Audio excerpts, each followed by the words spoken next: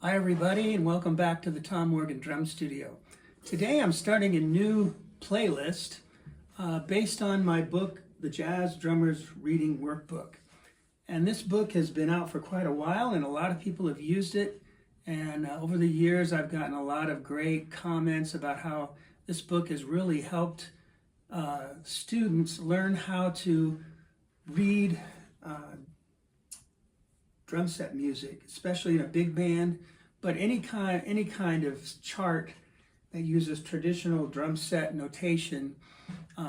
This book will help you learn how to do that, how to set up figures and accent with the band and all that kind of stuff. Now, if you've ever tried to learn how to do this, you've probably experienced some frustration. I know I did years ago when I was trying to figure out how do you read a drum chart? Because if you've looked at maybe in your high school or jazz band or your college jazz band, you may have noticed that the drum part doesn't look anything like a snare drum part, something you'd find in concert band.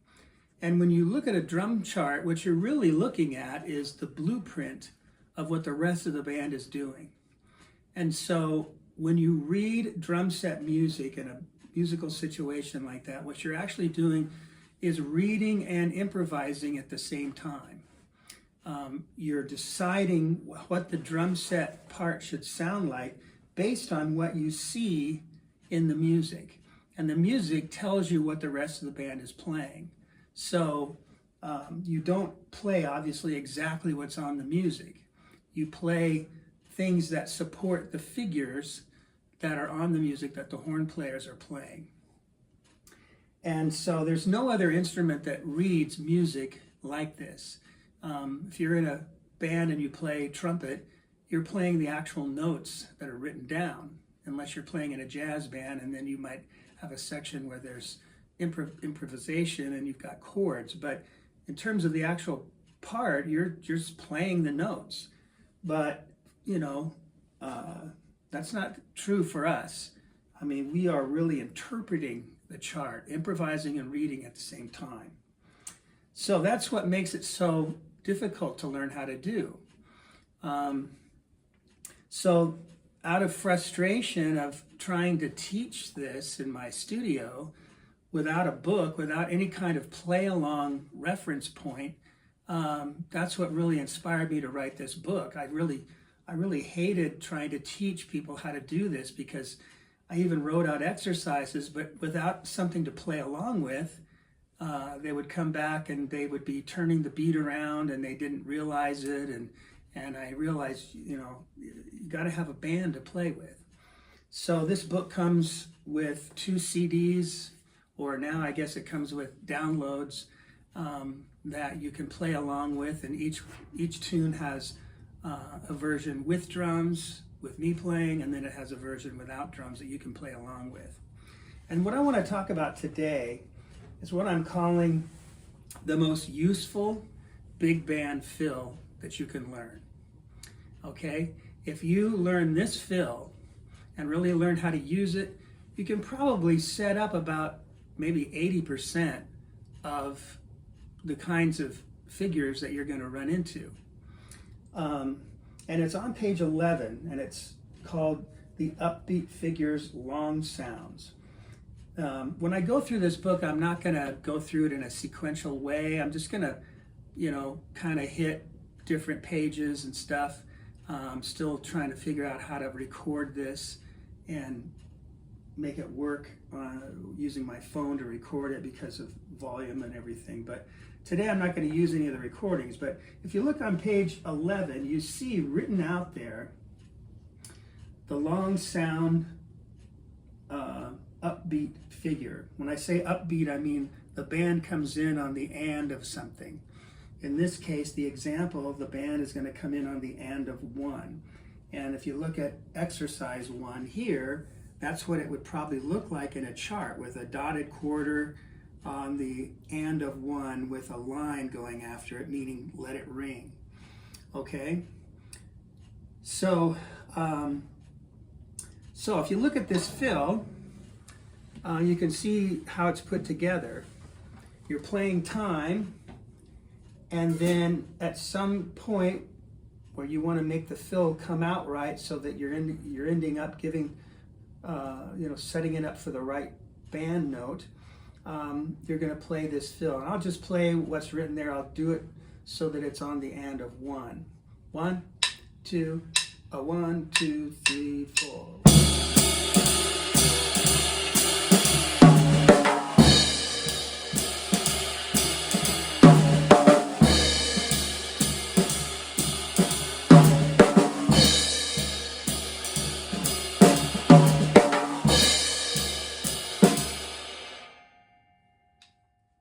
Okay, so let's break this down a little bit, and let me tell you why I've written it out the way I have. You notice if we do it in real slow motion, it starts on a tom. Now it doesn't have to do that, but I almost always do that because it just sounds good to me. You could start it on the floor tom, you could start it on the snare drum and just play it as an accented note. But it really kind of kicks the fill into gear. So I'm going to play on this, in this case it's the and of 3, and so I'm going to go 3 and on the tom, and then you notice there's a triplet with a sticking of left, left, right, and the 2 lefts are in parentheses. That just means they're ghost notes. That means you may be the only person that hears those notes. The band may not hear them, or they might hear them kind of subconsciously.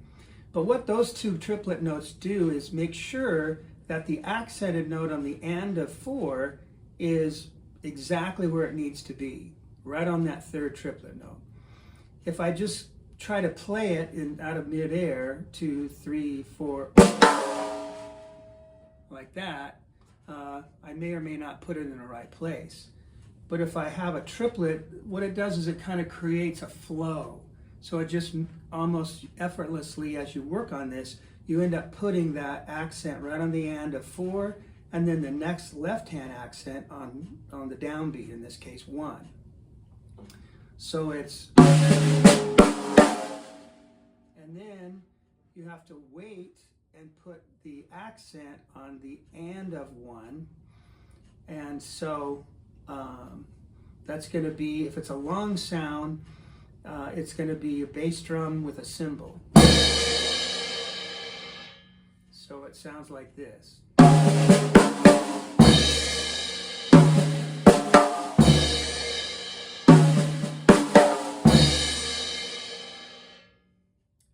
Okay, so I tend to play the 2 rim shots dry, almost as dead strokes. Because I don't want it to sound like, twangy with ringing notes for the rim shots. I want them to sound kind of dead. Again, I do that. I think a lot of drummers do that. Maybe they don't realize they're doing it. I did it for years until I realized I was doing it. But my ear just tells me those should be dead strokes, dry sounding rather than ringy. Now when you hit the bass drum, you hit the cymbal crash on the end of 1 in this case, you've got to put the bass drum with it. If you just go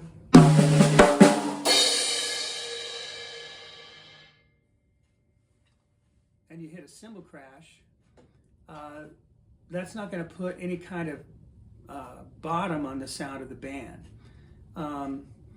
In fact, in general, when you're accenting with the band and you use on long sounds and you're going to hit a cymbal crash, you have to back it up with either a bass drum note or a snare drum note, a rim shot, because we want to match the long sounds and short sounds of the drum set with the long and short sounds of the rest of the band. But if you just do a cymbal crash, it's very ineffective. It won't kick the band like you want to do it. So again, it's going to sound like this. I'll play it again in context. 1, 2, 3, 4.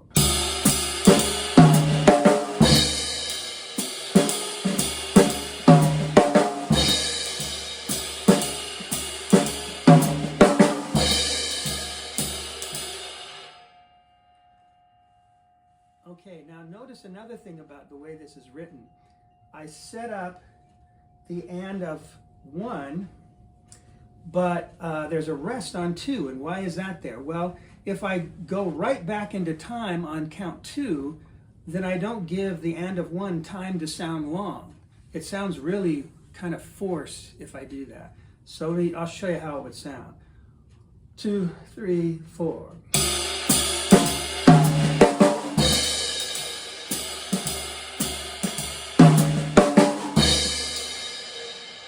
Sorry, it's hard for me to do it.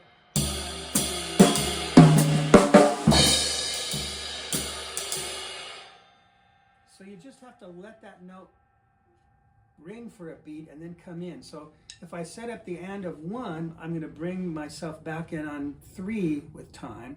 If I set up the and of 3, then I'm going to come back in on 1 of the next measure. And so at first when you practice this, you kind of have to think about that. But eventually as you do it more and more, it just becomes second nature. All of this has to become second nature. Because if you're reading a chart, you can't be counting and thinking of all this stuff. It just has to be so automatic that it just flows. Okay, so I can use this. If I start the tom note on the and of 3, then it ends up that I'm setting up the and of 1. If I start the tom note on the and of 1, 1, then it ends up that I'm setting up the and of 3.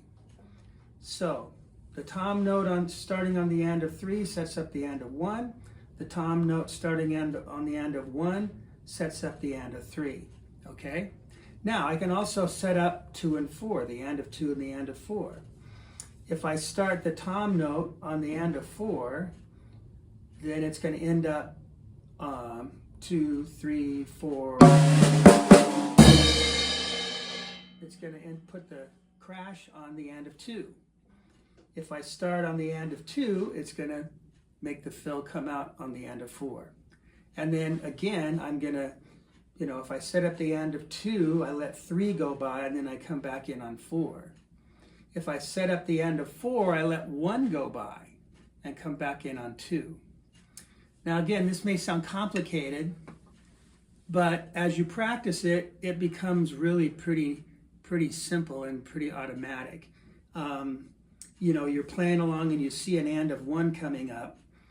At first you might say, okay, in your mind, okay, I'm going to start this fill on the and of 3. 2, 3, da da da da, and that'll set up the and of 1. Eventually you get to where you don't even have to think about that. You just kind of intuitively know that, you don't think anything. You just play and it comes out right. And so if you look on page 11, the first 4 there, put these upbeat long sounds on all of the 4 upbeats in a 4/4 bar. And so then we have the same thing happening. The bottom 3 are all in 3/4. And so they're the and of 1, the and of 2, and the and of 3. So you have to figure out how that all works in 2/4 time, in 3/4 time, so that the fills come out the same way. And I'll let you figure that out. But it's pretty much the same idea, except now you're in 3/4. Okay?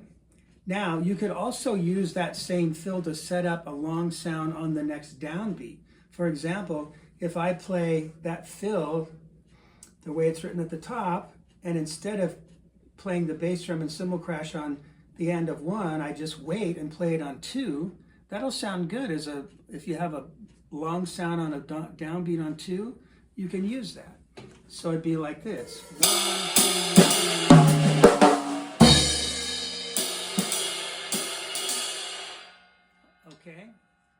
Okay, so if I do that, then if I'm playing on 2 and it's a long sound, I have to wait. I don't want to go right back in and play 3. I want to let 3 go by and then come in on 4. Okay, because it sounds kind of weird if you just hit it and go right back to time without letting the thing breathe a little bit. So hopefully that's helpful to you. Practice the fill by itself first. Just get the logistics of it down, get the sticking and how it feels. One other thing. What if you have an and of 1 and then right in the same measure an and of 3? And they're both long sounds. Well, that works out great with this fill, because you play the first part as you just did, but when you play the and of 1 cymbal crash, you think of it as in place of the tom-tom note of the fill you're going to play to set up the and of 3. So 1, 2, 3, da da da da, 1 and 2, da, 3 and 1, and you come back in on 1. So it sounds like this.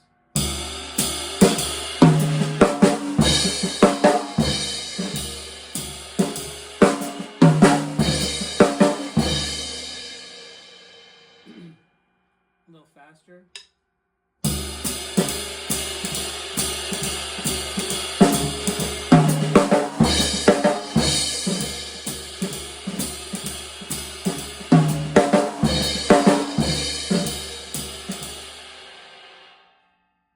And of course, if you have the end of 2 and the end of 4, it's the same thing.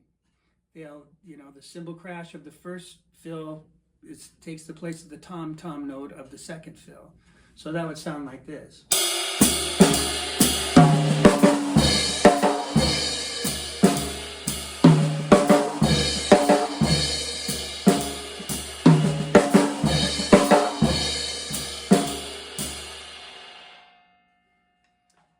Okay, so that is a figure that you'll see quite a lot.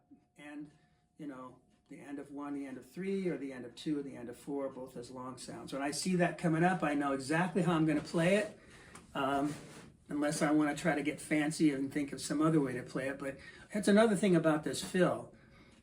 It never sounds old. People don't get tired of it. And I think horn players love it because it just makes it so clear for them where the beat is. And remember, when you play a fill or set up these figures, your goal as a drummer is, number one goal is to make it comfortable for the band, to help the band find the figure where they have to play it. It's not to try to display all your technique. You're there to help the rest of the band. So think of it that way.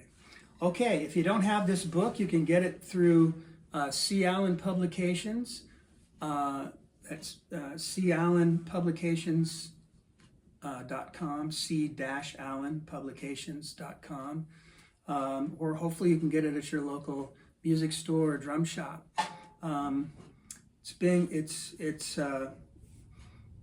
been so pleased with how people have used this, and I've had so many people come up to me and say, hey, this book really helped me learn how to play in a big band or read charts. So that was what it was all about. So it makes me happy when I hear that.